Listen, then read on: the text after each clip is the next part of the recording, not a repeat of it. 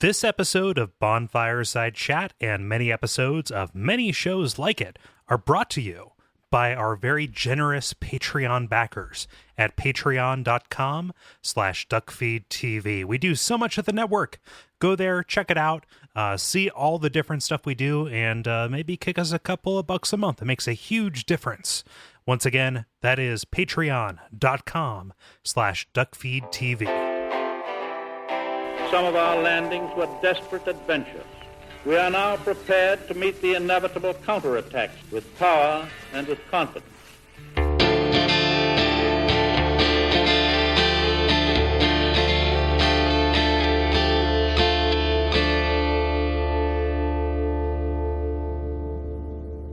At the foot of Lothric Castle, an old path still runs below the tower in the undead settlement.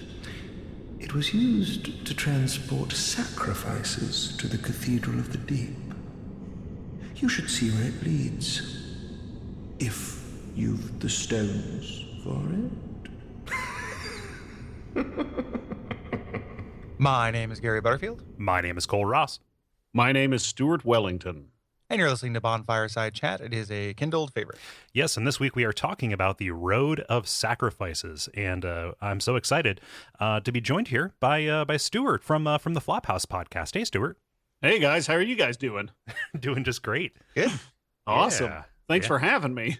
Yeah, thank you so much for agreeing to hop on. I was listening to a recent episode, and I heard somebody mention Dark Souls, like joke about you playing. I was like, oh gosh, it'd be so awesome. I love that show.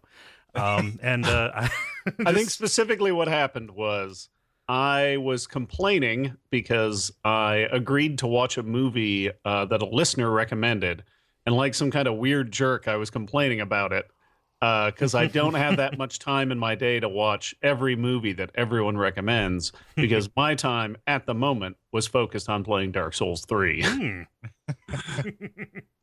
Yeah. Well, I'm just super happy you agreed to join us. No problem. Yeah. I'm not as big of a jerk as I was on that podcast. I have plenty of time to be on other podcasts. Your secret is safe with us. Yeah. We're actually filtering you through one of those voice disguise things, and we're going to refer to you as Brian Bilmington during this whole time, so nobody will know that you do have the time. I always felt like I looked like a Brian. I get Steve a lot. I think that's because it sounds like Stuart. But Brian, that guy knows how to hang out and just be a relaxed dude. Not a care in the world for Brian. It's a real stock name. Yeah. And the plus side, I've never met a Brian I didn't like. Oh, I'll have to comb through my archives of notes of people I've met. You're rolling down. B. Trying to get your Rolodex. Yeah. It's all my first name. Make it super. So tell, for people who may not be familiar, tell our listeners about the Flophouse. Okay, well, the Flophouse podcast is a podcast that we've been doing for like 9 years now.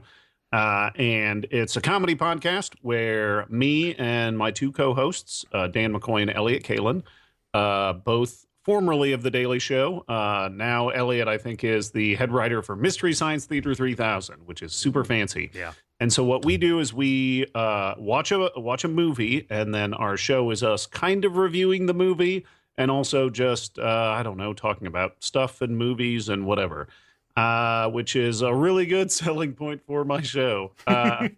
But the movies that we watch are almost always, the requirement is that they have to be recently released, and they have to be either a critical or a financial flop. Thus the name of the show, The Flophouse. So that's our show. I guess it's a bad movie podcast, which there are very many of those. So you can do a podcast about those? Yeah, exactly. Oh, okay. We're gonna have to reevaluate some things, Gary.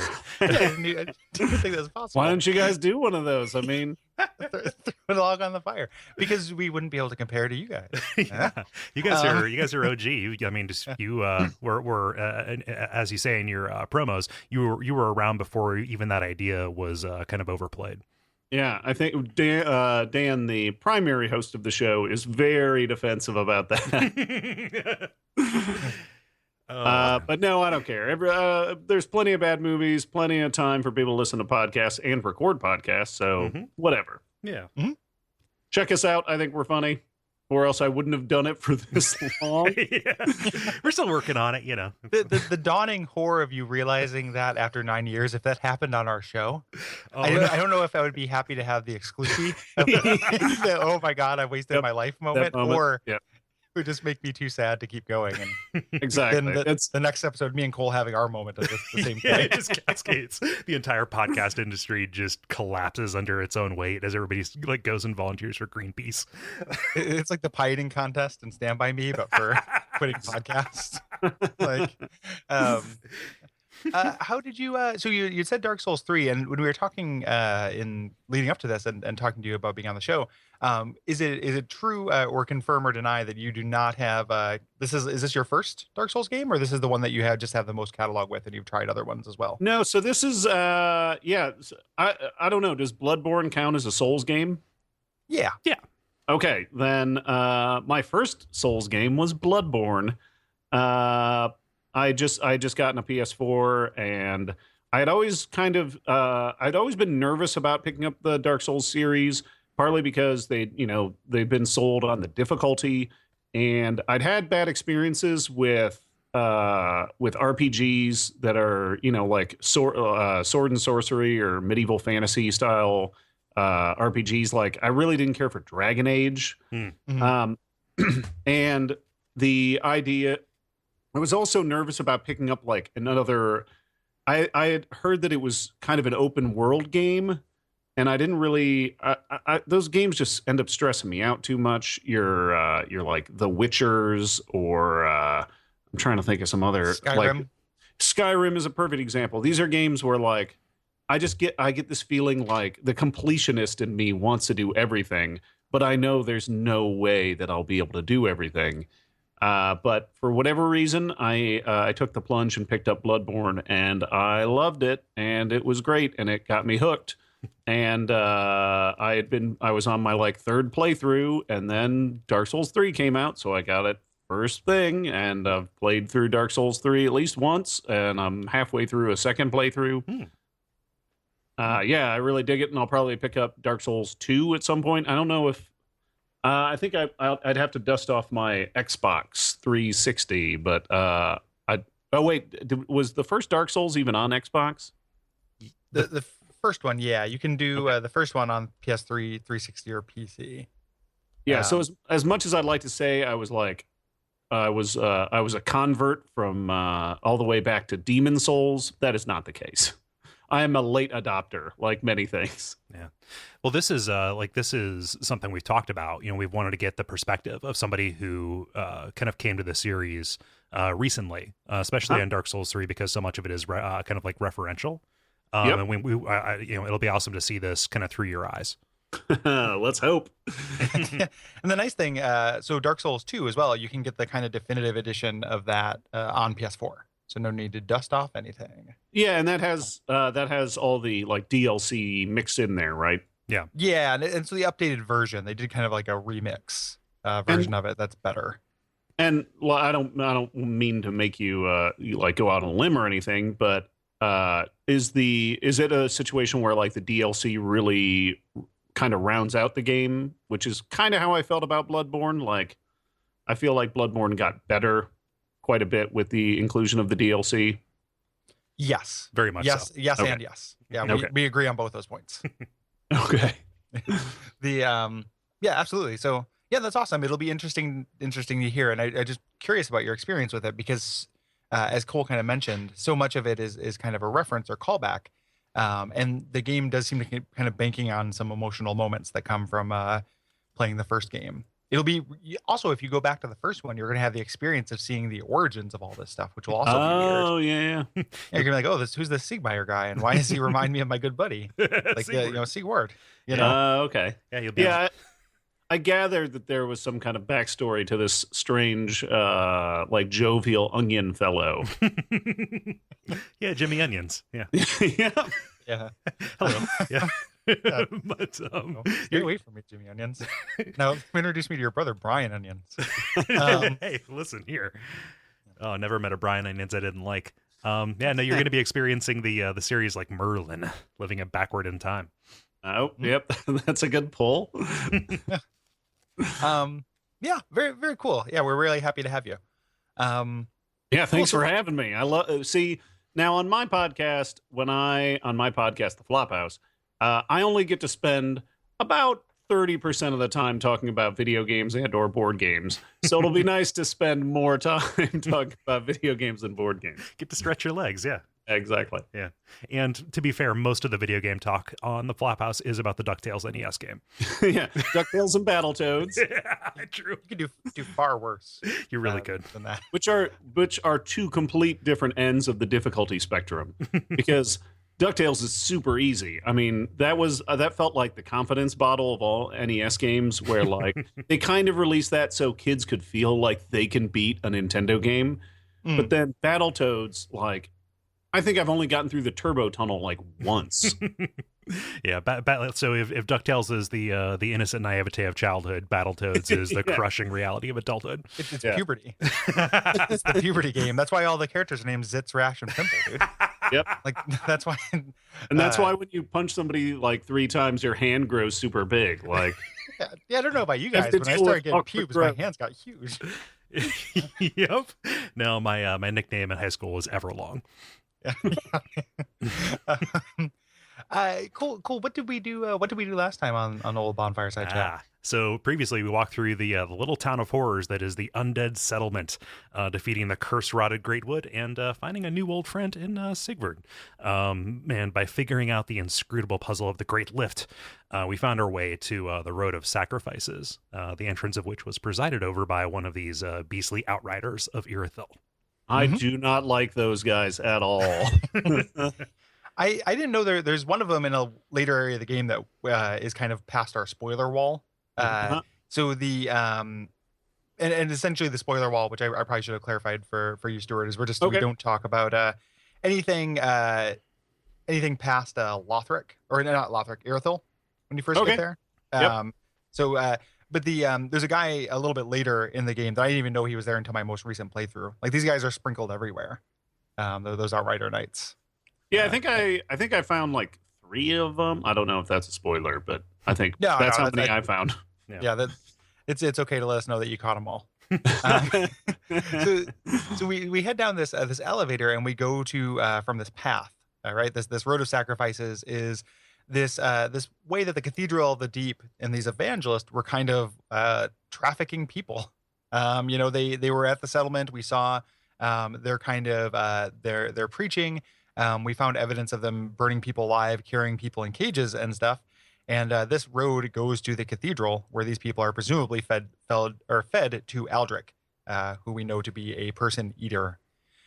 This road also converges with the land of Farron, who is presided over by these watchdogs who guard the Abyss Watchers, who watch. It's a real like nested. It's a Mastroiska kind of thing. The watchdogs who watch the Abyss Watchers, who watch the Abyss. Okay.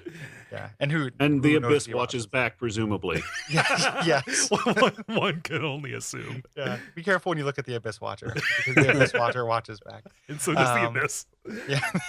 So that episode is going to be in a couple episodes from now. We're going to the Cathedral next.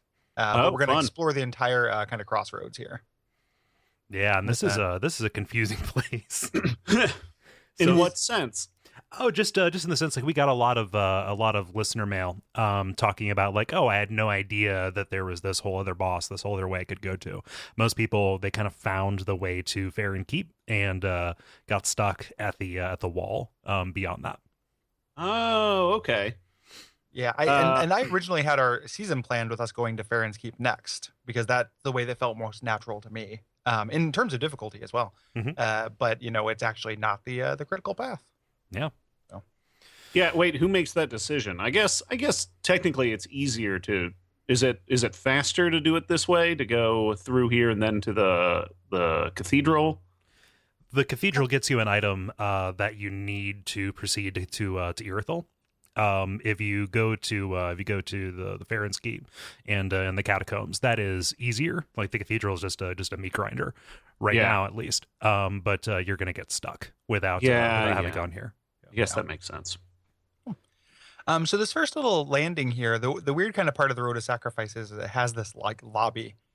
This like spooky bird lobby called the Corvian's Crevice. That's me. That's totally just the thing that I said. That's not from the guide? Nope, the Corvian Crevasse, that is just me. Oh, okay. Is that your nickname in high school? Yeah. So, as we leave, we get our bonfire, and we have this gigantic kind of crevasse in the ground, and then we can actually see the cathedral we're heading towards. So we're kind of working our way around this chasm, and we're introduced to a new enemy here, these Corvians. Yeah, I love the way these guys are introduced because they start out humanoid. They're kind of hunched over, but as you approach, wings explode out of them, like they're like you're just inflating like a gigantic raft out of its box or something like that. Like airbags. Yeah. Yeah, like backpacks, yeah. And I love how the first one you find in it I mean, this feels like it fits the themes of the game, but the first one you find is like kind of hunched over and kind of like scared of you a little bit, and then he totally flips out. Yeah, they get their wings and it gives them confidence. Yeah, they're like Steven they're Tyler. all Dumpos, yeah. and the once they get that feather, did you say they're like Steven Tyler? Yeah, get your wings. Oh, okay. I don't know if I know that song. Okay. I mean, like, I guess they have some Steven Tyler like properties. I don't Hard know to look at. about you. Yeah. Yeah. Hard to look at. Big gaping mouths. Scarves. They're like the Stevie Nickses of the bird world, like the Stevie Nicks, Johnny Depp, Steven Tyler trifecta of scarves. If they wouldn't transform into birds, they would be so much harder to kill. Like, they're hard to kill as birds, but while they're transforming, you usually just kind of beat them down. Yeah. I find these guys have interesting kind of like lore to them. If you these guys in the caster versions of them, The storytellers. Yeah. So this is another one of these references to Dark Souls 1. But they tell these stories of the painted world of Ariamis, which is an area in Dark Souls 1. And that area was also kind of presided over by bird people, these kind of half-raven creatures. So we can presume these are descendants, I imagine. Yeah, or they have kind of unlocked the secret of this kind of like half transformation. It's definitely perverted because like the crows from that level, they are like their upper halves turn into crow bodies. These guys, they pop out willy-nilly. They kind of look like what is it, like Sephiroth or whatever, like angels, biblically accurate like angels. Yeah, Seraphim. No, like Sephiroth. Yep, like Sephiroth. Yeah, they do kind of look like Sephiroth. Yeah, you didn't know what you were getting into, did you, Stuart? We're going to talk a lot about Final Fantasy Bishonen boys. Yep. No, I walk over and pull a cord, and then just the sign falls down. Bonfireside Chat reveals to be Bishonen boys. No. So I don't know exactly I still haven't figured out like what to make of these guys on the whole, as far as like where they're at and what their relationship is to the painted world, other than just kind of being these like refugees or emissaries from it. The storytellers in Dark Souls 3, that's just a euphemism for priest. Like that happens with the Knights of Karim and stuff like that. I can only assume that they are kind of like either worshippers of Priscilla, the half dragon, or whatnot. Like, but just I get the idea that they are kind of like wandering down this road. I almost feel like this, and this is going to be a theme throughout the entire stage here, this entire episode. This feels like a cast off from Bloodborne a little bit. This is really Bloodborne-y.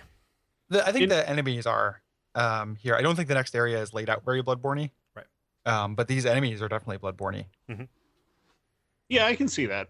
Definitely the kind of the 2-stage and the kind of like burst attack, basically, where they all of a sudden just start lurching at you, and I guess it's like they definitely throw you off your normal rhythms, at least initially. At least I did. Yeah. Yeah, that flail, that freak out attack, which does a lot of damage, and if you get kind of trapped in two of them doing that, the first a bad time.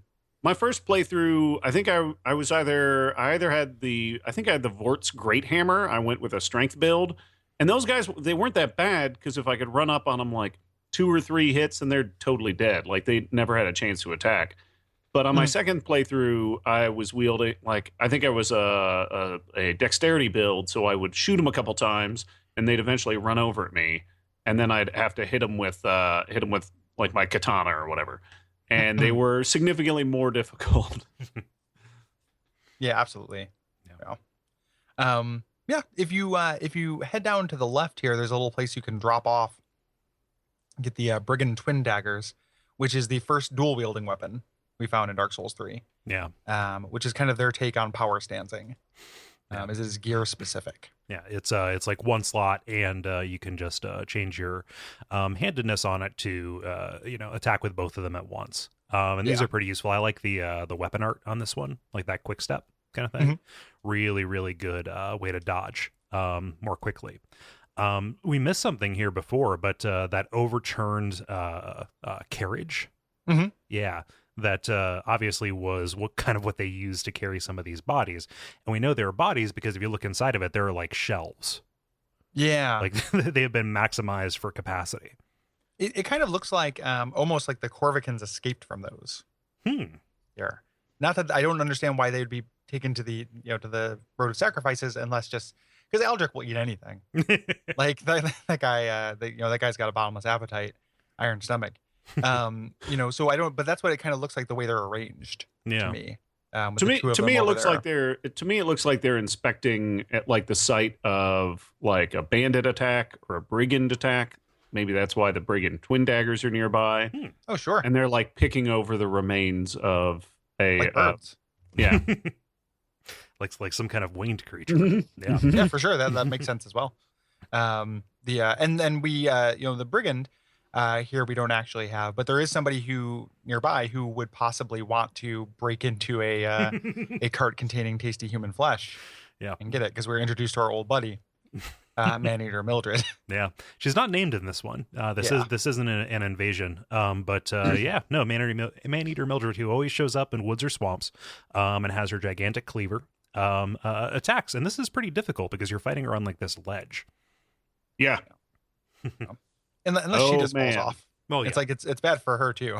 Like I've definitely had her like start her weapon art and just had me like kind of move out of the way and have her jump off the cliff before. Yeah. The worst is when I accidentally have a Corvian chase me and then I'm fighting her and a Corvian at the same time. Yeah, because she like that butcher sword that she has is really effective. Yeah. Well, it's a great strength weapon. That was the weapon that I ended up finishing the game with my strength build because it has the A scaling for strength. Yeah. And yeah, it's just and it looks pretty cool. It looks cool. It drains some HP on hit when you hit an enemy and stuff. It is a good weapon. Yeah. And the other kind of like noteworthy thing here, there are a couple of kind of twisty turns and paths. Some more Corvians you fight. But there's this bridge with this little bridge ambush that you can avoid and kind of turn the tables and ambush them, which I really love, by jumping down to this little area under the bridge. Yeah.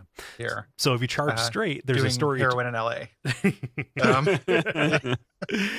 If you charge straight, there's a storyteller that kind of sicks just an unfathomable number of these things. Like it really is a kind of like a parade of pain. But yeah, if you jump down here, there's like a little kind of undercrop here that has some items, but they're guarded over by this dog that appears to be pregnant with magnets. There we go. Yeah. Oh. Huh. Yeah. That's where magnets come from. Yeah. Yep, from dogs under bridges. Don't worry, they were chocolate covered magnets. It was okay for them to eat those. The I didn't notice that. It looked like a regular dog to me. It's like it's got a very like distended, bloated belly. I don't know.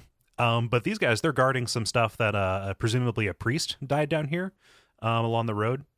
Somebody who kind of like a priest of Kareem. And this is where you can get kind of your first Braille tome that you can take back to Irina. Well, and Morn's Ring. Like this is either a priest died here or Irina and Igon traveled through here. And this is evidence of their passage because we know where they ended up. Igon kind of taking her there to lock her up in the basement in the undead settlement, but they would move through here to get there, presumably. So that's what I always took it as kind of evidence of their passage because there's one item for each of them. Oh yeah. There's a Morn item, and all of Igon stuff is Morn stuff, and then there's the tome. Yeah. So my first playthrough, when I was talking to who's the nun? What's her name? Irina? The priestess, Irina. Yeah. So I was talking to her when she was in the prison cell, and I put my controller down on my leg, and of course, that hit a trigger, and I totally murdered her. So I then had to deal with Igon. He wasn't happy. Oh no. But it definitely made me wonder when I found this tome. I was like, why is it Braille? Yeah, if you just murder. Usually, when people are dead, you don't assume that they're blind. Yeah. I didn't really. I don't think she explains it when you first meet her, or maybe she did. I was too busy killing her. Yeah, you listened with your sword. Yeah. Well, she asks you to reach out and touch. She doesn't specify with a hand. Yeah, exactly. I can't feel anything. Oh yeah, me neither. And then just this is what I do to feel. Yeah, the best thing was that it was a trigger, so it was my heavy attack. Yeah, you wanted to be sure. Yeah. That's only one way to know. Unless you were playing a miracle character, you didn't miss much. Right. With her. So we can give this tome to her, and it expands her inventory, and it teaches her spells essentially that she can then teach you. This one is A-OK, and the way you know it's A-OK is because it is divine. Okay. If the tome says divine, it's fine to give it to her. If it doesn't say it is or do they all say divine and some of them are just bad? Kole, do you remember? I can't recall. I think they either say like profane or corrupted or something like that. Yeah, I think it says so. Divine is good for her. If you want to try to teach her like the dark arts, that's when you get and that's when we'll chat about her quest line is when we get the first one of those, which I think is in the next area. I thought it was this one, but it's not. It makes sense for it to be in the next one. Yeah, I think it's in the Cathedral. So once you, that's when you can kind of actually start her quest line. Yeah. Yeah. But for now, we can just kind of expand her inventory. Yeah. Yeah, but beyond this, you can kind of get up onto this overlook with one of these abyss-touched Corvians here with the glowing red eyes, and you have a pretty good vantage point. Like I just rained firebombs down on these guys to clear it out. You can also do like a really good drop attack from here. Yeah. Because they'll gather around. Mm-hmm. Morons. It seems like that's such a better strategy than me trying to lure them out one at a time and kill them across the bridge. I think there's some kind of behavior or AI. I tried doing that as well this first time through because I just wanted to be cautious so I could see as much as possible. I think that the storyteller actually sicks them on you. Like you can attack at range and that kind of marks you for it. Yeah, I think I shot him with arrows from a distance until he died, and then they weren't quite as bad. But yeah, I remember there being way too many the first time I just charged across the bridge. It's like 5 or 6, and if you get them all flailing around and doing those dive attacks, it's you're done for. It's a bad time. So some enemies chain pull, so it could have been the kind of thing if you tried to pull one, they just have AI that makes them all act as a group, like Goonies. Yeah. So you move through here to the hallway, halfway fortress. Is that a Kole name or a guide name? No, that is what you look at. That's what the bonfire's called. Bonfires, the halfway fortress. And this is this kind of a ruined shrine here. There's a bonfire in a little building, and we're introduced to some more new NPCs here. Henri of Astora and her buddy Horace, the comedy boy, or his buddy, or his. Oh, you're right. Yeah. Yeah. So that's pretty interesting, right? Because Henri will always be the opposite gender from your character. So if you're rolling as a male, Henri will be female, and vice versa, and that relates to kind of one of the longer, more intricate quests that you can do that determines the ending. Yes. Which we will talk about later, just not to spoil it, but it is interesting. I think the lady voice actor for Henri is better. Yes. Than the guy voice actor. Personally, I've tried both. The Horace's voice actor just like there's he's great. Yeah, Gorb. Just kind of is angry. Yeah. I think since I was looking over the wiki and I saw an interesting hypothesis that he might be hollow. Yeah. Yep. Yeah, I think that is because Henri is canonically hollow. Mm-hmm. Which we know. So it is possible that Horace is, she is, she's cursed. Yeah, she's unkindled. She's unkindled. She's on the same quest that you're on. Yes. But Horus might be too far gone, and we're going to get to some stuff with him that makes this make more sense.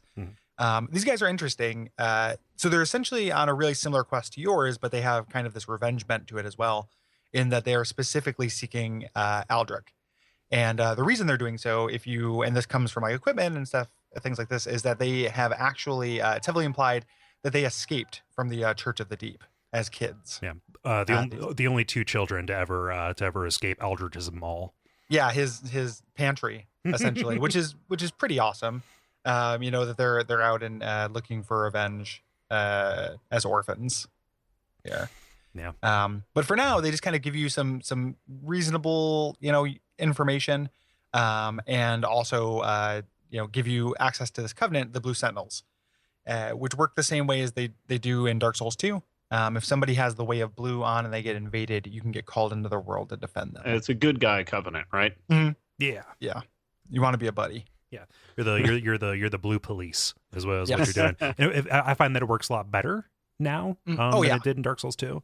For sure. I mean, it's mechanically the same thing, but it does work way better. Yeah, like it actually fires more often because of probably. I mean, I don't actually know this, but probably because of how like level ranges are calculated and just the way that invasions are weighted in certain ways. Mm-hmm. So like when you invade somebody, it is weighted. It like gives priority to invading people who have helpers with them already. And then I imagine there might also be some kind of thumbing in the scales that work with this as well. So you're much more likely to get summoned using this than you were in previous games. Mm-hmm. So. There are a couple more details about Henri that I thought were pretty cool. She's similar to Solaire in the gear that she uses. Her sword is shitty, but like it scales with luck or gets better with luck, which kind of implies like, oh, there's nothing really special about Henri. There's just, she's just incredibly lucky. And also, you might be kind of like led astray saying like, oh, Henri of Astora, like this is like Oscar or anybody else who was from there. But actually, no, she's not from Astora. She heard legends and went there and like got the Elite Knight set.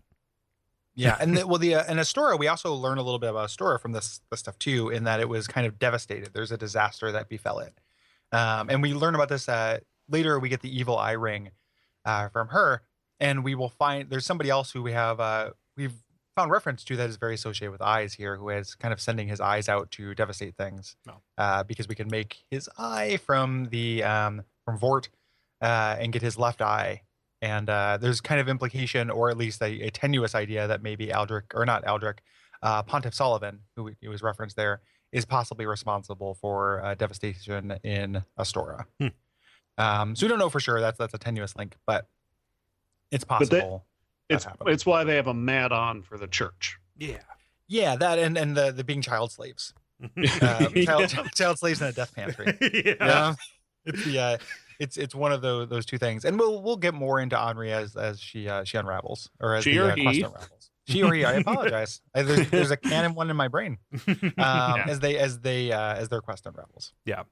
And what's good is if you look at kind of the path that her quest takes, that's kind of going to be the order of the episodes that we do. So yeah, works out well.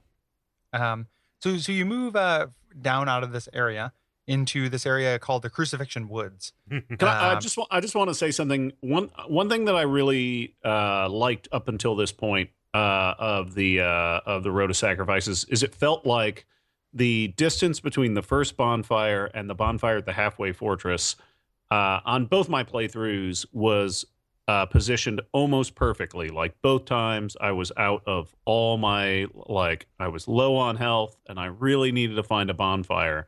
And I felt like it's well designed in that they know exactly as far as you need to go before you need that bonfire. Yeah, and they even put it like right after that big push that you do at the bridge. Yeah, absolutely. I think that's true for almost all of Dark Souls 3, except for one specific area I think is too harsh with that, which we'll get to later. Okay. But there's one area. I'll ask you off air. Yeah, ask me in the green room, Stuart. There's one place I think is just is mildly too harsh with that, where I was repeatedly kind of stretched a little bit too far. There's a shortcut there that I neglected to find, but even on finding the shortcut, I think it's spaced a little bit wide. for me. But for the most part, it's the best in the series as far as spacing those things out. It's really, really good. Yeah. As far as generous or being too generous. I don't think it's Dark Souls 2 is too generous, which when you eventually play it. But the idea is the encounters are denser in Dark Souls 2, so they're more demanding, but you have kind of spots to refill. It's like designed around it, but they're more frequent. It's designed for like a sprint kind of thing. Yeah, like short sprints as opposed to these kind of longer endurance things. Mm-hmm. I don't feel like these are too generous. I think that some people do, because the ones in one in the first game, there are larger spaces, so there's a lot of tension there. I personally don't mind a density of encounter design that makes it about the individual challenge rather than just kind of an endurance match. Okay. So I like the 3 system personally. Yeah. But I love all my children. Yeah, it feels so I like all of them. I mean, like the 3 Goldilocks, Yeah, exactly. It's somewhere between 1 and 2. Yeah. With that. Yeah. So the next area here, Crucifixion Woods, I would almost prefer that this area be called Crucifixion Woods. Have its own like title card. Yeah. As opposed to just being kind of a name with the bonfire. Yeah, I understand the Road of Sacrifices makes it fit into kind of the ecology of these kingdoms and the way they interacted with each other. But that's Crucifixion Woods is pretty badass. Well, the Road of Sacrifices goes through the Crucifixion Woods. Yeah. Take a left at the Crucifixion Woods. Take a right at the Carnal Bloodhouse. And if you wave to the crabs. Wave to the crabs. If you see the skinned and bloated man, you've gone too far. Like, no. Take a left by where the graveyard used to be. Yeah, yeah, where they built a graveyard on top of where they built an Indian burial ground on an ancient Indian burial ground. So this is a big, huge open area. This is the first time we've had this in the game. And you can go in any direction. You just kind of have to go generally forward through this big box. It's like a big, almost like a big circle here, a big cube. So we're going to kind of hit individual set pieces and enemies rather than prescribing a path, because there isn't really one. You can make a lot of different ways to get to the end, and also just skip the boss here and go right to Farron's Keep if you like. Yeah. So we're going to kind of like break this up. Or at least I did, by kind of like if you hug the right wall, if you walk straight out, or if you hug the left wall. And each of them kind of gets you to different places. As you kind of come into this, you get to a hilarious enemy. These lycanthrope hunters, which are these undead with these strange faces. Feels like they're kind of like partway through a transformation. They attack you with sharpened logs. Mm-hmm. when you kill them, they drop either spears or lances. They don't drop this cool log. God, I want that so bad. I want the log. Get that log. Gotta get that log. Yeah. These guys are great.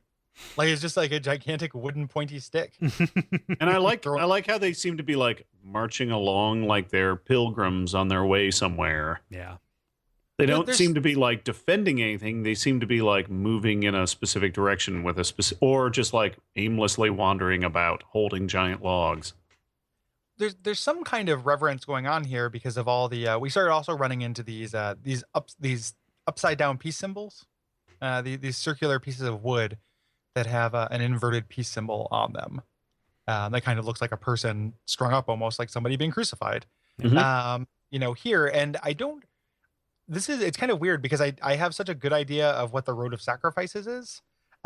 Crucifixion Woods, unless it is just a place to like crucify your meat in order to make it like have that extra sorrow flavor or something to it. I don't really know what's going on.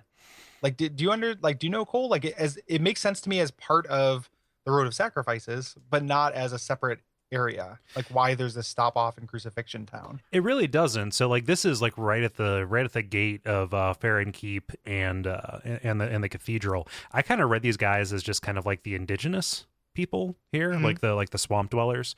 And when we encounter, these guys are lycanthropes. They're in the middle of transforming into something. When we encounter the fully transformed version of these guys, they kind of have the crosses strapped to their back, almost they were strung up there either just because like, hey, this is for your own good, or this is the ritual to have you ascend or whatnot. Like, I just kind of think that these guys, kind of like the Corvians, are like maybe warring with them. Maybe they're both kind of like native to this place, as part of the swamp. I don't know. the frustrating part, I mean, the fact that they drop a pike is why I don't know this. Mhm. You know, like there's not equipment for these guys, which is how, you know, Dark Souls tells stories. Yeah. So it's kind of a bummer that like I can't get any of this gear or anything to get to know more about them. You know, like it just kind of feels like there's this lycanthropy story just kind of plopped right in the middle of Dark Souls 3. Yeah, and that's You know, that's part of why I say this is Bloodborne. Yeah. The lycanthrope enemies totally feel like a Bloodborne enemy. Yeah, the big guys 100%. Yeah, they attack like one as well, and they're like such assholes. Yeah, these all just aggressive assholes with a bunch of chets. So, but like their assholishness is kind of mitigated by the fact that they're usually just kind of like chilling when you walk up to them, so you can always get a couple of free hits in as they stand up. Yeah, like Chet. Yeah, like he's go up and punch Chet in the back of the head while he's drinking a booze. I think in this area they seem to be, and they're also guarding a couple of cool items, right? I think there's like either an Estus shard or something. Yeah, that's kind of back behind the. That's the left path. I think I'm getting ahead of myself. No, that's fine. Yeah, that's it. Yeah, their little campfire. Yeah, over there. Something that happens since this is right on the stoop of Farron's Keep is that you start getting invasions from Farron's watchdogs. Yeah. Which this we can't join this covenant just yet. It's one of 2 covenants in this game that function like the forest hunters, or like a less interesting rat bros kind of in this game. So they're just kind of assigned to an area. If anyone goes in this area, you can be summoned to fight them off. Yeah. So I think that, you know, this feels like a really kind of easy area to me, and I think that's very dependent on how viciously you get invaded, and that's doubly true for Farron's Keep later on. It's also interesting because there's an NPC summon here that you can like that. It feels to me in the times I've played through it, which I've gone through this area now 3 or 4 times, I think, that sometimes invades here and sometimes invades in Farron's Keep. Yeah. So, and depending on whether you get that NPC invasion, Yellowfinger Heisel, will make this harder or easier as well. Yeah. So I've definitely the first time he showed up, and we're not gonna necessarily talk about it's actually her, I think, talk about her this time, but she came in while I was fighting the 2 other NPC fights. Oh God. In this, yeah, the message just popped up, and I was just like, oh no. Oh, and she comes from behind too. Yeah. Like she comes from back toward the start. That was a lot of me running, backing up and creating choke points and stuff. Is that the one that has the mushroom hat? Yes. Okay. Yeah. Yep. Not a fan. She has a sad ending. I just said that like she's a real person and you should somehow feel bad. Yeah, let's pour some out on the floor. I don't care. Okay, let's roll the montage. Yeah, those we lost this year. Anywho, we'll tackle these from right to left. Yeah. As you head down. We mentioned the lycanthrope hunters, and we talked a little bit about the big guys, which you're going to run into down here. But before that, you end up actually running into these little mushroom beetle things. Yeah. From Dark Souls 2. Yeah, or poison horn bugs. They're back. They just kind of like their area denial. They're peppered around to complicate some other encounters by puffing out these poison spores. Yeah. And there's something about their shells that reminded me of Bloodborne stuff too. I think it's the general like tumorous growth with the holes and stuff. Yeah. This is where we're going to see a lot of these gravestones that have these upside down peace symbols, or like, and they also look a little bit like the Hunter's Mark, which is interesting too. Again, like there's all these like weird little hints that like maybe this Bloodborne is canon. I don't buy it, but there's like 2 things. There's like this, and then like a description later. Yeah, and I'm like, Pontiff Sullivan or the left eye ring. Yeah. Well, no, yeah, the thing that references the deep sea. But I really don't think that's what it is. And this is where we run into the big guys, the gigantic lycanthrope guys who we were talking about, who are a real pain in the neck. Yeah, so they've got this kind of like white fur, and they're big and gangly. They've got the grave markers on their back. The other kind of grave marker that we see here, that's kind of the upright plank with the crescent on it. Kind of again evoking the moon. But these guys, you can get some attacks in on them as they get up, but they just kind of like run directly at you. Something else that's kind of like interesting about them, if you look at them, they have kind of these craning necks. That kind of it just moves out horizontally from their body a little bit, and it kind of looks like a little bit like the Pilgrims, somewhat. Yeah, a little bit. I don't think that they're related. Yeah. Like we know enough about the Pilgrims, and we know nothing about these guys, and I can't think of any way they would actually be related. I think it might just be long necks or creepy. Yeah. It's kind of like the female patients, beasts from Bloodborne a little bit. Take that, Amon. Yeah. So as you kind of hug this wall moving forward, we get closer to the keep here, and you head into this little kind of annex area. There's a door that's locked that you eventually can make a shortcut that you'll never use to go back here. With a bonfire. It's a shortcut that you would only use if you went to Farron Keep first and realized, oh fuck, I have to go back this other way. Well, and forgot that bonfires teleport you. Oh yeah. Somehow. And then you find the sellsword gear here. There's I'll put it in the show notes, even though I'm not crazy about it, but there's like a kind of, I was trying to look up lore suppositions for this area and research, and there's kind of a tortured like Dark Souls 3 think piece about armor descriptions telling stories. Okay. That someone wrote about this piece of armor, and it was just like, oh, it's gold, so you knew it was you knew it was somebody who was fancy, but then they've got a hood, so you know that they were ashamed and they were dishonored, and there's just like 1,000 leaps in it. But the one thing I didn't notice until I read it in this article is that the sellsword gear, all the descriptions are same except for the pants, which strongly imply that whoever it was shit themselves. Just going through the fact that Dark Souls 3 is super silly for an entry in the series. There are a lot of jokes in this game for a game that is about crucifixion woods. This is going to complicate my research because I usually just look at the chess piece. Yeah, no, look at the pants every time. Every character in this game has shit themselves. There's just little details about their pant stains if you take a look at it. Oh, well, wait a minute. Okay, so if you examine the dung pies, they say like, oh, some people keep these around as a memory of when they still lived. So we can only suppose that undead people don't shit. So, so this person, he's been walking around as a dirty boy for possibly centuries. Yeah, he was alive. He didn't have an excuse. Like, here's the thing, guys. Let's level. If we became hollow, like, you'd probably be okay shitting yourself, right? I think I'd have bigger stuff to worry about. Yeah, I wouldn't care. Yeah, that's the thing. Like, it's like, who at that point, in for a penny, in for a pound, right? Like, it doesn't matter. I got better things to do than unbuckle my pants and squat. Yeah. I need to go hit this wall with a piece of dagger. Or with my forehead. Yeah. I'm not gonna go find a restroom. It's hard enough to find a restroom in real life. And I'm a straight white male, age 30 to 50. Like, I'm America's sweetheart. I can have a hard time finding a bathroom. So yeah, the world's your bathroom at that point. Come to Lordran. Come to Lothrak. The world is your bathroom. That's a good detail. Good catch. Yeah, it is a weird little thing. It's like the one piece I liked from this article that I think is straining. Wait a minute. Also, let's get this out. Isn't the sellsword gear some start? It's possible to start with that, right? Yeah. You can start as a sellsword. Yeah. So you can start having shit your pants in this game. You wake up in the grave like, hooray. Oh, no. This is a distant sequel to Don't Shit Your Pants. It's a spiritual successor. The bad ending is canonical.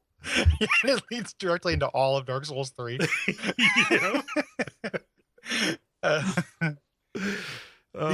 Stuart, I'm real curious. This next guy, what did you make of? So these Black Knight guys, these mean something in the if you play the rest of the game. The knight who's here. What did you make of this guy? Well, I assumed he was the shitbag that I had to kill, and it took me a while, but I totally did it. Yeah, he was not cool. I don't know. That's about it. I assume they were related to Farron's Keep in some way, but that's about all I could figure out. If I didn't recognize this guy, I would totally think this was Farron's deal. Like, these guys were like outrider knights for Farron's Keep. Mm-hmm. Yeah, or something. That makes a lot of sense. As far, I don't know why he's actually here. Nope. Because he's, we don't run into other ones for quite a while. And these guys, I'm assuming, have been part of the series for a while. Yeah, they're Dark Souls 1 iconic enemies. Okay. Yeah. Yeah, but if you look at these guys, like their gear descriptions, they once served Lord Gwyn, kind of the original Lord of Cinder. Yeah. And I've heard that name before. yeah. He's kind of a big deal. No, but these guys they burned up, and these are actually just animate pieces of armor, as opposed to kind of like actually being bodies. But it would make sense for them to be like to fall in line with Farron, actually, because Gwyn didn't really get along with the Abyss that well. I mean, kinda. The Gwyn had he was fighting a war on a lot of different fronts. That's not the defining factor of Gwyn or anything. Yeah. Like I don't think his placement here makes one lick of sense. Nope. I was reaching.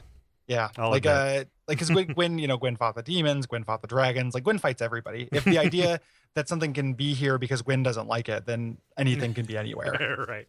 I don't like that this guy's here. It's a hard fight, and I grew to kind of dig the fight because this is I'm bad at parrying the great swords. So it ended up becoming, and with poise being turned off, like I had to kind of reevaluate how I fought him, and I did this kind of like last time I fought him with my new character with my luck build. I didn't lock on and just like was a real like hit and run kind of maniac, and it worked really well for this guy, and it was a cool fight. Yeah. But as far as actually his placement in a lore perspective, it's bothersome to me. Yeah. Because I've wasted my life. And I care about things Well, it's also like a little dead end, and it doesn't seem to give you much going over here. It depends on your build, because you get this. It dead ends into the Farron Kole, which is what was used to forge blades for the Undead Legion, and that gives you new infusions. So like if you're running Dex, like you can infuse something as sharp, and then basically make any weapon into a Dex weapon. Yeah. So it's cool. Like it makes sense from a ludic perspective to have him here, but not necessarily from a lore perspective. Yeah. And then if you're not doing anything with that Kole, then it's kind of a bummer. Yeah. One other way to kill this guy, there's that where you find the sellsword stuff. It's like up a little staircase. You can kind of kite him around that and get him tangled up in that. Yeah. The middle path goes right through the swamp, and I think this is the hardest one. I've always kind of just done like areas around this. I've done little treasure dashes to get through here, but the reason why this is intimidating is because there's tiny little crabulons, but then gigantor crabulons. Which I never got good at fighting these things. Neither did I. These are kind of the equivalent of the salamanders from Dark Souls 2 for me. I've never beat one of them. Yeah. How did you fare against these guys, Stuart? Well, the first time I ran around them, and then the second time I shot them with arrows until they would submerge themselves and come back fully healed. I hate that so much. I hate that feeling. They do. So unfair. And crabs in general are gross. Yeah, especially blowing up to where you can see their upsetting mouth meat. That's the thing. I had a buddy who worked at a pet store when he was in high school, and there was this crab they had that would just sit in the water with its little face pressed up against the glass, and it would be blowing bubbles all the time. What are you guys doing? And they would feed it pinkies, like little mice. They would always eat the mice from the back to the front. Oh, no. So the thing would be alive for most of the meal. It was the worst thing. Like, this crab was the worst creature on the planet. So that's what I thought of when I saw great crab. Like that crab? That crab's an asshole. Yeah, it's a real jerk. Born sadist. Wow. He's bad crab. Yes. I hate the idea of him like blowing bubbles. Like, it just gives me the impression like he would be like a schoolyard tough leaning against a brick wall, like with a leather jacket, blowing bubbles and bubble gum. Like, hey, come over here. Part of the reason I didn't go to my high school reunion was for fear of bumping into that damn crab. He's gonna have this beautiful wife and just a job. It's gonna just be a real. And I just can't face that. It's like, hey man, I treated you really bad in high school. I've changed, and I'm like, you're not allowed to change. You're first. He would probably then just take his pleasure claw and reach into his pocket and pull out like a 6-pack of pinkies. Like when you weren't looking, like you'd think he changed, but he would just kind of in the corner, like spike the punch with pinkies. Just send him swimming. Yeah, those poor little mice are just swimming around being happy. Yeah. Fucking Chet Crabulon walks over and devours them alive. It's all chats. Yeah. I mean, like this enemy is so lovingly designed too. Like he has more versatility in his attacks and approaches than pretty much anything. It's pretty weird. Yeah. Like for an enemy that you never have to fight, these things are never placed in an area you actually have to go. Right. They show up in 3 places in the game, all of which are optional and they're easy to avoid in all of them. Yeah. But you notice that they move faster sideways than they do like forward. Like that got me more than anything is the charge, because here you're also fighting them in the swamp, and when you get in that deep water, that dark water, you can't move very quickly. Yeah. I didn't find, I must have avoided, I didn't find the patches of dark water here. That became more of an area in Farron's for me. Yeah, that's way in the back. Yeah. I think it's way near the back. The deep end of the pool. Yeah. It's mildly worth hunting these things down because one of them will drop the Great Swamp Ring, which boosts pyromancies by 12%. Yeah. Whoa. Yeah, so useful if you're using pyromancies, but you have to fight a bunch of crabs. Yeah, and if you roll as pyromancer, you have this as starting gear as well. Yes. Yeah, okay. You can wear. No, you can't. You can't double up on rings. So yeah, this is if you're dipping into to pyromancy. Yeah. Yeah. There's some other good stuff out here. There are 2 shields. The Twin Dragon Great Shield is one of the lighter great shields you can use. Has a lower strength requirement, and then you also find the Grass Crest Shield, which is amazing. Even if you're going to dual wield, because that as we know increases your stamina regen. Yeah, if you're 2-handing it, throw that thing on your back. Yeah, you're going to be a-okay. And even if it's on your back, it increases your stamina regen. As long as you can see it. Okay. Yeah. So there's a bonfire kind of in the middle towards the left a little bit. I've done like 3 or 4 runs through this area. I just noticed this when I was playing it. I never got the Crucifixion Woods bonfire. Really? Until just now. Yeah. I would make the previously I would just make the run from Halfway Fortress. It's hidden so far out, just like in plain sight. Yeah, you can't really see it from the ground. So you have to really be kind of combing this area that is largely empty and just kind of woods, and without a glowing kind of treasure there to draw your eye, I could see it being hard to see. I mean, I found it on my first run, but I didn't make a beeline to it or anything. I just kind of scooted around and eventually stumbled on it.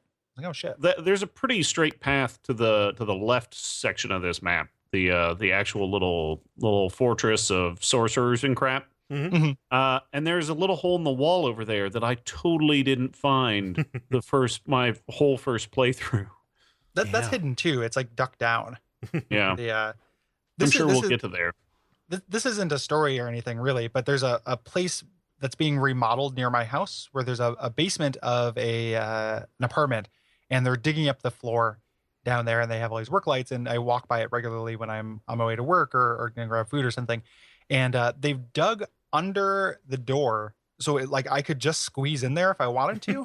And it's empty at night, and there are all these work lights, and it just looks cool and spooky. Like I'm gonna find a Skeleton King in there. And it is really really tempting to get down there. And it's the same kind of thing. Like the door is kind of set down, so from street level you just kind of see a hint of it. But it kind of looks a little bit like this. So if anybody needs a place to squat, sure. There's a place to squat near my house. Still those work lights are just to strip the place of its copper wiring. Like, they don't need it. Yeah, they can get more. It's fine. Yeah, and you can get plenty of money for that. Yeah. Yeah, just grind some XPs out of copper wire.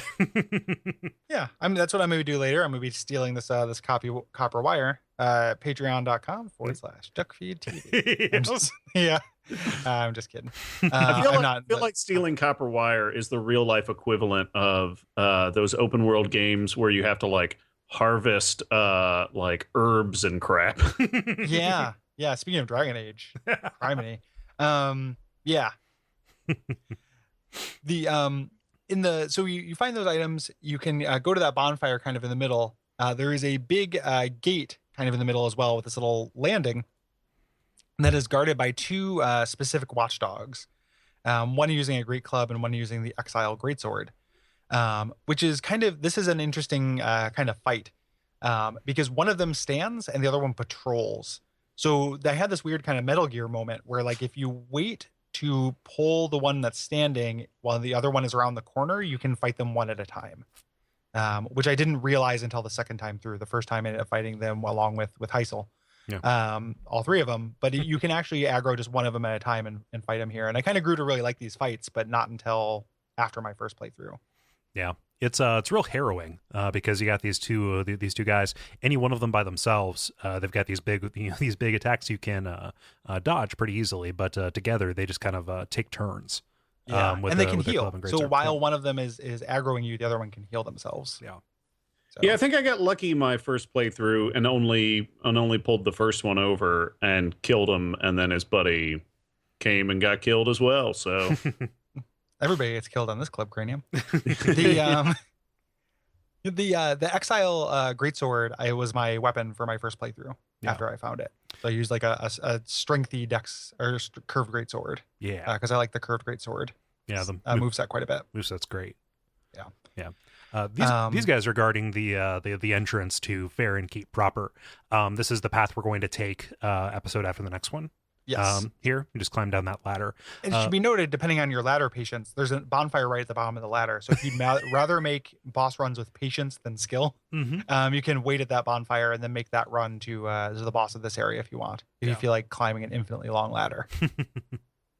Yeah, that's a really long ladder. Couldn't they just put like an elevator there? You'd think so. I mean, it'd be good for those guys too. It's not just for the player, but like they have to live here. What does it say in the lore about elevators here? Elevators are a fraught topic. Yeah. Yeah, exactly. We don't talk about elevators. I mean, we talk about elevators. Yeah, we do. But I just wish that there was a moving up equivalent of speed, the way you can slide down elevators. Slide down ladders? Yeah. I slide down elevators all the time, dude. That only happens at the climax of a life. Like you mean the very end? Yeah, if you're sliding down an elevator, like you've reached the defining moment of your life somehow. I think that's called a fireman's pole. Yeah, oh yeah, sure. Yeah, and they climax day after day, man. Firemen. I've read the calendar. What these guys do. Yeah, I think this game could benefit from, I don't know, a magical set of gloves that lets you slide up ladders as opposed to only down. If only because of how goofy it would look. Yeah. Or just do it like God Hand, where you don't climb up the ladders, you just use that as a jumping point. Yeah. I love the way God Hand handles that. Like, yeah. Well, you can accelerate going up the ladders, but it's insultingly slight. It's like the run button and everybody's gone to the rapture. Like you just hold down B, you know. So that's one way you could go, and you could just be done with this area, but we're not, because we're going to check out the left path instead. Yeah, the sorcerer's office complex, the Crystal Kingdom. So if you hug the left wall, you kind of get over to that aforementioned kind of basement hole. There are a couple ways into this. There's also like a stair landing you can get, but like this whole area, it's kind of like featureless a little bit, aside from that bonfire out back, which has the heretic staff, which is a pretty good sorcery catalyst, and also an Estus shard. You want to go back and get that. But most of this place is just kind of encounters with the regular undead that we've seen, and also these kind of like the sage devouts. These Farron sorcerers. So this is kind of interesting. So these guys, we learn about them, and we learn about the boss here, and they are sorcerers. They're a descendant from Logan, from Big Hat Logan. That is why they wear this hat and have this gigantic kind of wide brimmed hat, and they are related to the boss. However, they've also allied themselves with Farron and have taught Farron's Keep, and kind of allied themselves and taught them a lot of sorceries. Yeah. That focus on this kind of practicality. So that's why you get your like really shitty spells like Farron's Dart, which is absolute trash and does like 2 damage and is just useful for pulling enemies. Yeah. So that's why they have weaker spells, because they're allied with Farron? Because they're faster. The idea being that they're weaker and they're more practical is what it says, I think, in the text. But I find their spells very impractical because they don't kill things, which is why I cast magic. Yeah. But it's just kind of making a connection between 2 different areas. One area we're going to see near the end of the season, actually. Yeah. And so there's an alliance, or there's some kind of connection between Farron and these descendants of Logan. Yes. These kind of big hat sorcerers. Yeah. And that's a character from a previous game. Yes, from Dark Souls 1. It just every time you hear it, take a drink and try not to die of alcohol poisoning. It is from Dark Souls 1. Yeah. So I noticed that if you don't enter, my first playthrough, I ran around that little area and I cleared out the bonfire, the little the barbecue in the back, and then I didn't know where to go because I couldn't find the little hole in the building. Mm-hmm. But there's you can get into this area a second way if you're coming from the middle of the board, back from where you fight the two NPCs. If you head back, there's a staircase from the water that leads like a back entrance into this thing. Yeah. Which was very useful because they were all asleep. That's the more direct way to get in. This way you're going through kind of more of a gauntlet. Yeah. Of casters.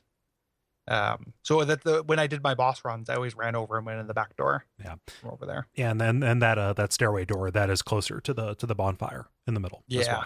Yeah. Oh, I never thought about that.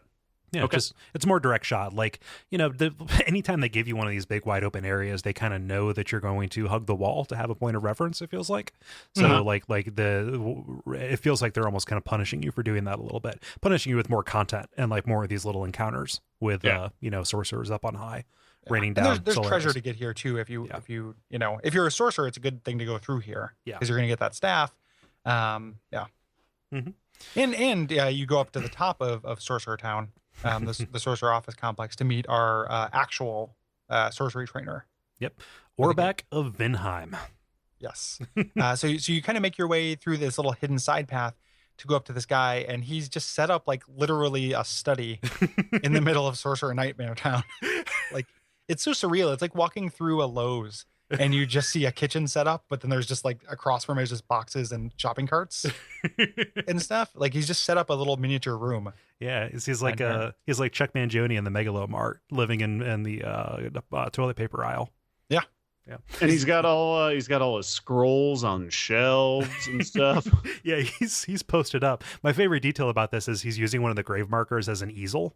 Oh yeah. Oh, yeah, that's really great. Yeah. This is also my favorite thing to roll through and destroy in the game. He doesn't react, but like rolling into that scroll rack is just like one of the only times, like, I'm on the record of being mildly annoyed by current generation video game clutter in things. I don't think it's often used well. It is really fun to roll into the scroll rack and just have hundreds of scrolls explode out. Also, because, fuck this guy. Yeah. Well, because he's got so much attitude. Yeah, sorcery isn't for everyone. You have your own approaches, don't you? Yeah, listen, brute. I don't think you wanna watch this movie. I'm sure a showing of Despicable Me is at the theater around the corner. You can go watch. So this guy, so he's from Venheim. We know about Venheim. It is this capital of magic. It is the place for the dragon school. The sound sorcerers. The sound sorcerers, yeah. The spooks of Venheim, these kind of cool magic spies. And this guy, eventually became, or is growing to become a sorcerer. Yeah. He wanted to, he was not real great with magic, and he kind of made his way into it. If you have high enough intelligence, which is 10, you can recruit him. And it's contingent on you finding him sorcery scrolls. Yes. Which sounds on the surface like a cool thing. But in fact, if you are going to be using sorcery at all, you're going to do this anyway. So it's like really like a non-choice. It's like a non-obligation. Because you want to have him have sorcery scrolls too. Mm-hmm. Yeah. So it's really kind of nothing there. If you're a sorcerer, he'll stick around. If not, he won't. He has a really like... he feels incomplete to me as far as his storyline goes, because there's a reference. There's a character later who you run into who charges you with assassinating this guy because he is threatening one of the endings, because he's related to he's a threat to that faction. There's nothing else in the game that supports that in his dialogue or his items or anything like that. So you just kind of do it for no reason, and it's unfortunate. And if you just give him a bunch of sorceries, he just kind of likes you. And that's honestly it. It's kind of somebody told me to kill him, and I didn't do anything because he wasn't actively doing anything to make me think like I should kill him. Yeah. And so not killing him, I don't think affected anything. It doesn't affect anything either way, like killing him or not, because if you kill him, you get his ashes, and then I think you can buy his stuff from the person you killed him with. I could be wrong about that part. Yeah. Or from the main merchant. If you turn in the ashes to the merchant, you can buy his things anyway. So it does cut off a sorcery trainer, but you're killing your sorcery trainer. Of course, it cuts that off. For new sorceries for scrolls. But it is he's a weird NPC. Yeah. Like I have these flashbacks of Carhillion of the Fold from Dark Souls 2, where there's like nothing to him. Yeah. And it just kind of feels a little bit unsatisfying. The bulk of his dialogue is kind of like little history lessons about Dark Souls 1 primarily, as you give him these scrolls that kind of belong to different people or different figures. Yeah. Oh, so I should be listening to him pretty carefully since I haven't played Dark Souls 1 yet. It works a little bit better as like a wink nod reference kind of thing. Okay. Yeah, it's winky. It's winky. Like it is. It doesn't actually help enlighten you about Dark Souls 1. Yeah. Sure. It tells the player things that they'd already know if they played it, and if you haven't played it, you need to you'll get a better experience out of playing it. Yeah. So I was really hoping for more from this guy because he's a sound assassin. And from Dark Souls 1, those are one of my favorite. That's like my favorite little weird detail that was never expanded upon. I'm like, oh man, the sound assassins of the Dragon School. Like that is so cool sounding. And was really expecting more from him, and then didn't get it. Yeah. So this guy bums me out. Voice acting is good, and that's why I destroy all of his stuff. Yeah. So Also because he's a nerd. yeah, exactly. What's the intelligence minimum you have to to get 10. him? 10. Okay. Yeah. my dummies, I guess, don't work. Yeah. Yep. He doesn't. He also gets real shitty with you because if you ask him like, hey, I'd like to learn some sorcery, he starts going into, you must know the two faces of the dragon, and then he says, at least pretend to pay attention to me. Like canonically, you disregard this guy, even if you're smart enough to have him bless you with his wisdom. Or he just assumes that you are. Like I've had teachers like that. Oh yeah. Where like the teacher is just kind of like, okay, you guys are just gonna fuck with me. And it's like I just met you, dude. You're like, wow, why are you swearing, teacher? Yeah. This is what is it? Yeah. It is it's the first day of class. Like give people the benefit of the doubt, jerk. Don't come out and swear at us. I guess maybe it's like prison rules for this teacher. Well, I was in prison school. Yeah. And the only prison school rule is that prison school rules. It's not for fools. I did do a lot of bad stuff. I was kind of a fool, but right. but my hopefully this podcast will scare both you guys straight. Don't be like me, guys. Don't live in the stripping copper wire out of an apartment complex nearby and subsisting on floor pinkies. I'll try, but I can't make any promises. Yeah. This guy's in a big ambush room if you go downstairs, where there are just tons of, there's a regular kind of hollows here, and then the sorcerer hollows, the bigger sorcerer hollows. Yep. And also there's a hole you can fall into an ambush with a lycanthrope down at the water line. Yeah. Ugh. Yeah. That's a nasty ambush too. Because you want to be weaving between, it's right between two pillars, and you're weaving between these pillars in order to engage the characters in melee while dodging sorcery. Mm-hmm. So it's a pretty well placed trap, I think. Yeah. I usually just run right through this room. Yeah. Me too. Like eventually I kind of got to it. Yeah. Also, up on Orbek's level, there's a pickup that you can get that'll make the next boss fight a little bit easier. These blue bug pellets has one of my favorite descriptions in the in the game, which is it says that Irithyll is overrun with moon bugs. Ooh. It's a good reason to move. Yeah. Oh no, we've got silver moon fish. Yeah. So you kind of move through here. You can summon Igon for this boss fight. Okay. Where's his summoning sign? It's behind one of the pillars. Okay. Before you get on the little path upwards. And does that appear if you kill him already? Probably not. I think you have to be on good terms with him, which means not killing him and probably not killing his blind ward. Sure. So. On accident. Well, he's a man of few words. It'll be hard to explain him to that in Soul's Court. Yeah. So you make your way up this little path, and you have a surprise boss fight, which I kind of love. Like, did totally this catch you guys by surprised me. surprise? Yeah. Caught me by surprise too, because you see this guy at the far side, and he's bigger than you, so he kind of reads like like he would be a boss. But I kind of walked up to him hoping to talk, and then he started winding up to cast. Yeah, well, he's not that much bigger than the hat sorcerers you've just been fighting. Yeah, like he's a little squatter, but he's not huge. He's not mega boss sized. Mm-hmm. Yeah. And he usually opens up with that stupid like straight crystal wave thing that totally does a ton of damage. Yeah. The Metal Gear laser. Yeah. Yeah. But this is the Crystal Sage.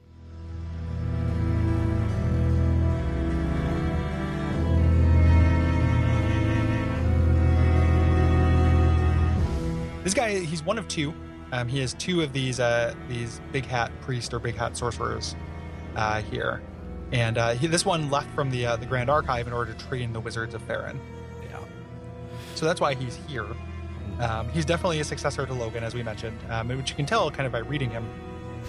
And the boss fight kind of plays like a combination of like a standard kind of Souls sorcery fight and the doll from Demon Souls. Yeah, there's with a little bit of kind of pinwheel. Some mild pinwheelism. So you just first you just kind of fight him. He does sorceries at you. He's very slow. You can stunlock him, kind of beat him down, and then he teleports away. When he teleports away, he creates this like kind of crystal stuff on the ground, which I really love because it's super fair. Like you see a little visual and audio indicator of where it's going to be.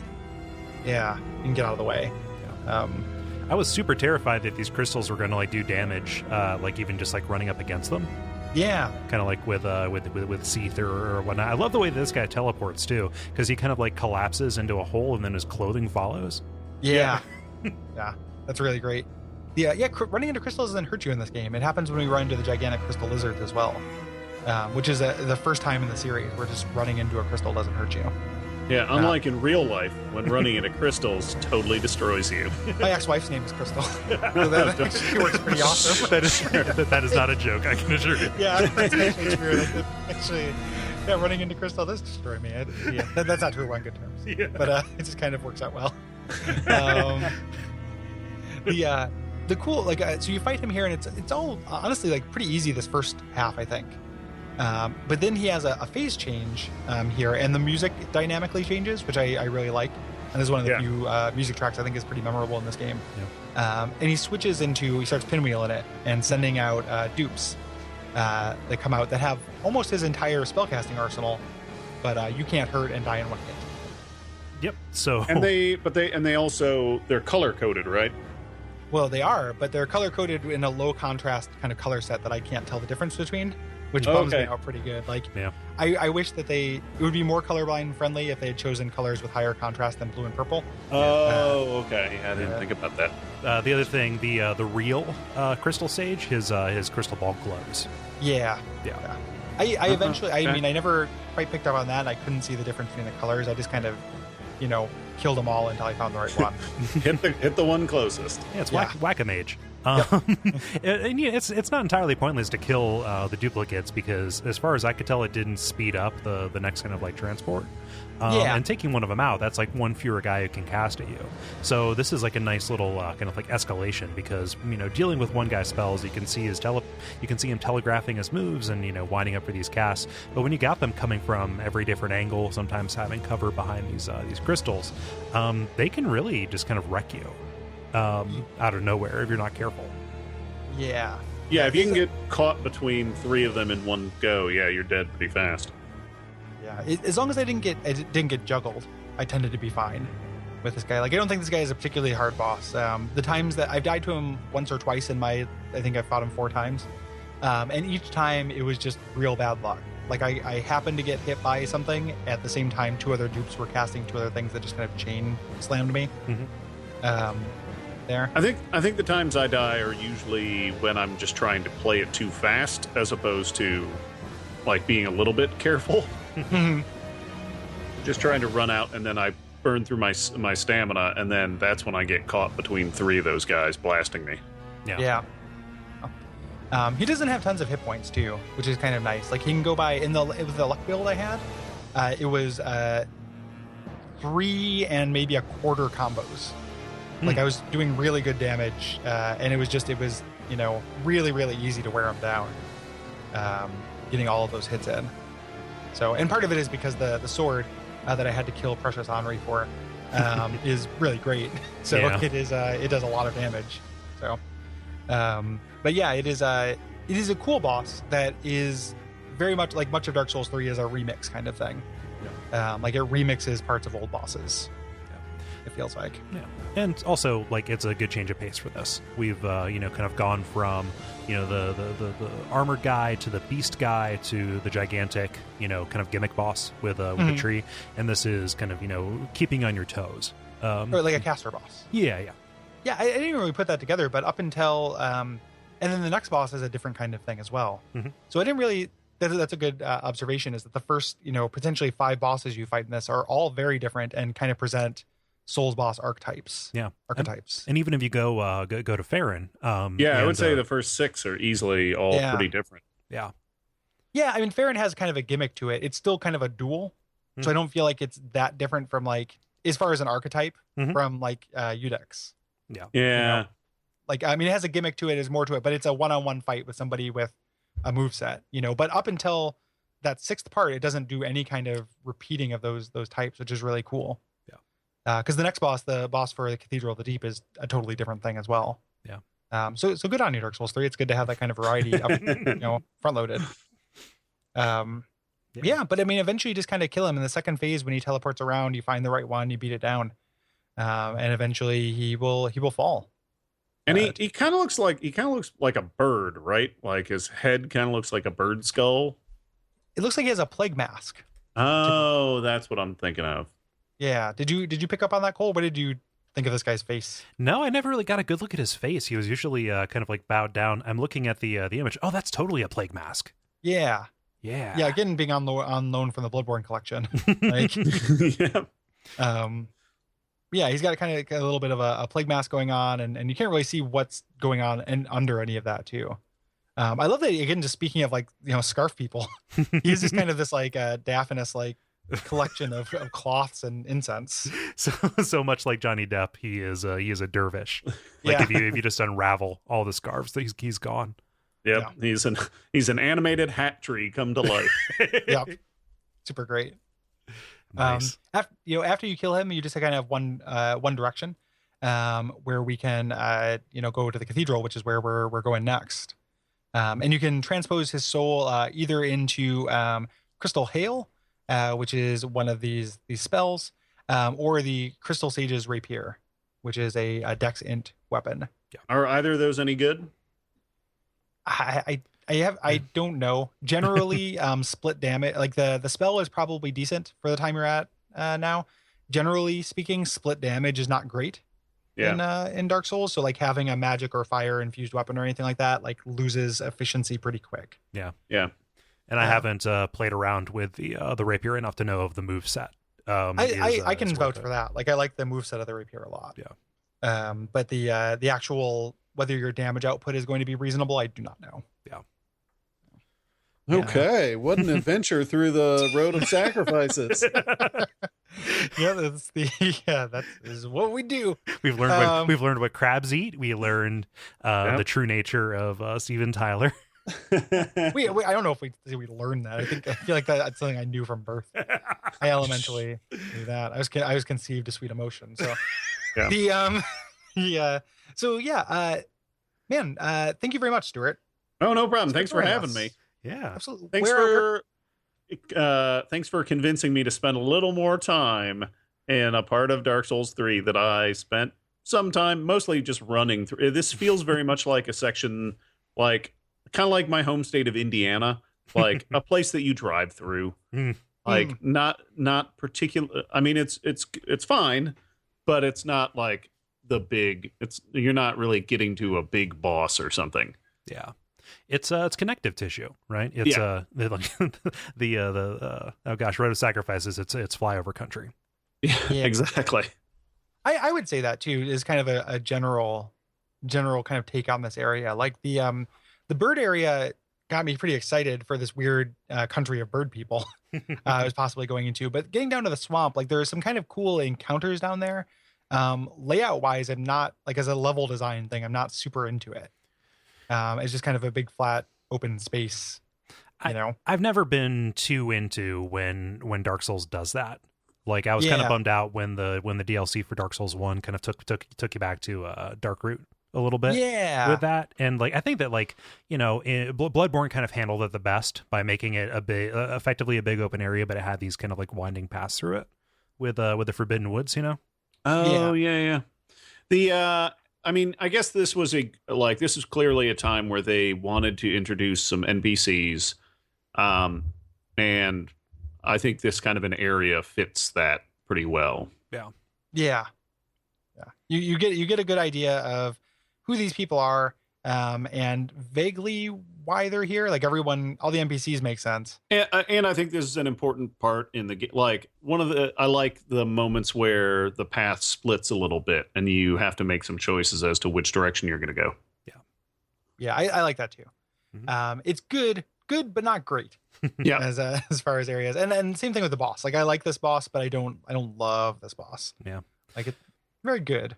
I don't think it's served very well by kind of being split between this is a Cathedral of the Deep area and this is a Farron area. I think that just that kind of lack of focus on which story it's going to try to tell leads to a little bit of that dissatisfaction on my side. That's fair. Yeah, I think so too. I would agree with you. Yeah, very much so. Where can people find you online, Stuart? Okay, well, you can find me online at the Flophouse Podcast, which is on the Maximum Fun Network of podcasts, and you can find that, I think, anywhere you would normally find a podcast. You can also hear me on my occasionally bi-weekly Def Leppard podcast, Till Death Do Us Party, spelled as difficult to remember or determine as possible. I think it's 2 L's, 2 P's, and maybe an exclamation point. And you can also find me at Twitter at FlopHouseCat, all one word. Yeah. Fantastic. Yeah, I really appreciate you coming by. Like, I've tried. No worries. I've tried to hide my fanboy kind of stuff, but I'm such a huge kind of just a fan and admirer of the Flophouse. So this has been great. And I know a lot of our listeners are huge fans of this show as well. They were all very pumped to hear that I was going to be a guest. Oh, that's great to hear. We had somebody who met you at NYC Podfest who kind of did a little bit of like winking, like, hey, you should have Stuart on. And I was like, oh, maybe. And like, oh, no, he totally met you out there and knew this was coming up. Yeah.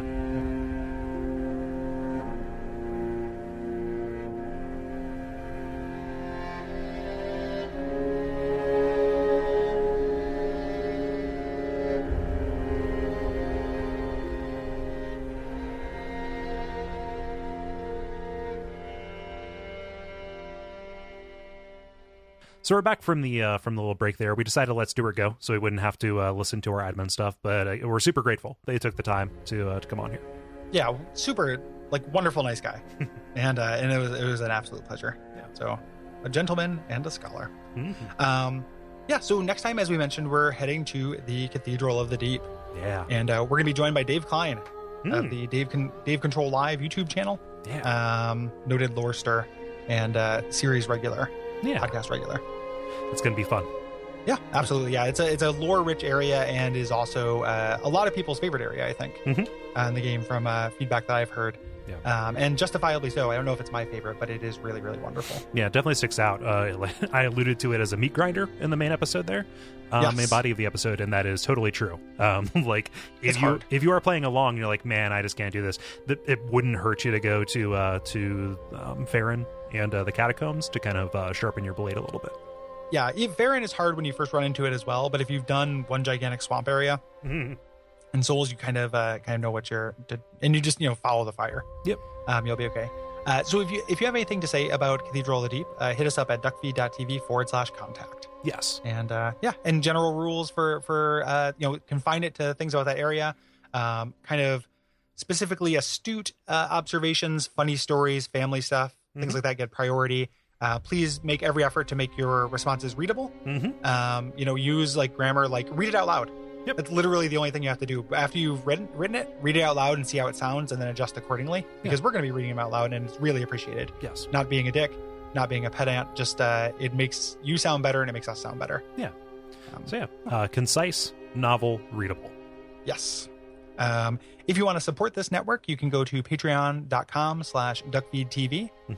Every little bit helps. You can get episodes early. You can get access to our Slack channel, which is growing all the time, and is a really good place to discuss Dark Souls and all video games and any kind of aspects of culture there. And you can also get a bunch of different other rewards if you decide to support us. Yeah. So you get something, and we get to keep doing the show. iTunes ratings and reviews are always helpful. Those are still coming in at a pretty steady pace, but that helps kind of like raise our visibility.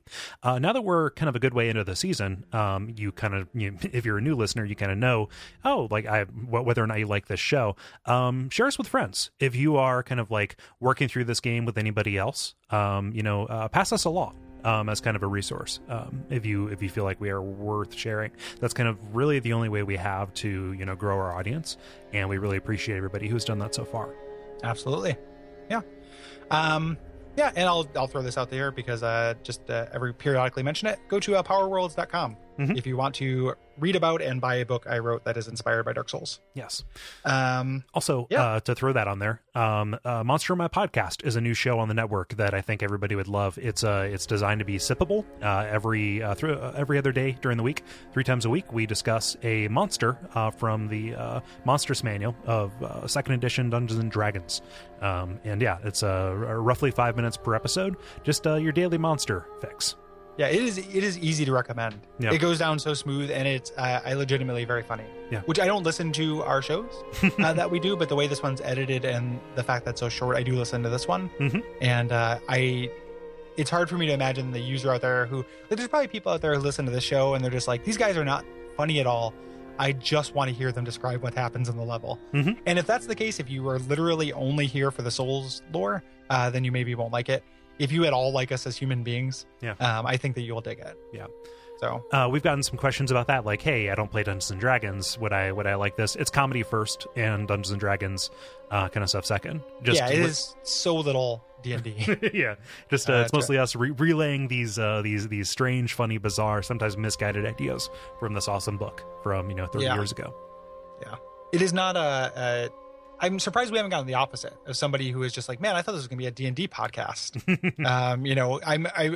People who are in that camp are more likely to be mad. Yeah. It's about as much about D&D as Abject Suffering is about bad games. Yeah. Which is to say not at all, which is also to say another show you should listen to. Yeah. So thank you guys very much. I think that's probably about it. I think so. All right. Until next time, what should they do, Kole? They should. And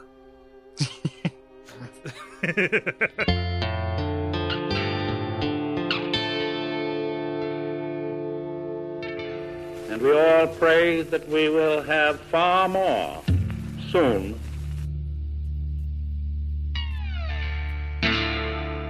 All right. Okay.